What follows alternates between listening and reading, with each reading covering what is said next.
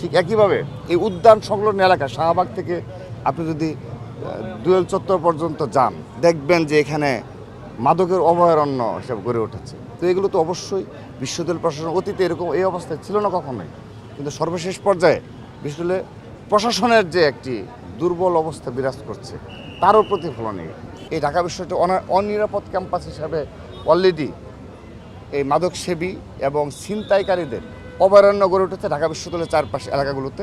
বিশেষ করে আমি তো স্পটগুলো বললাম, আমি বিশ্বাস করি আজকের এই ঘটনার পর পুলিশ প্রশাসন এবং বিশ্ববিদ্যালয় প্রশাসন সমন্বয়ে কাজ করে এই শরীয়ত উদ্যানকে নিরাপত্তা বলয়ের মধ্যে নিয়ে আসবে।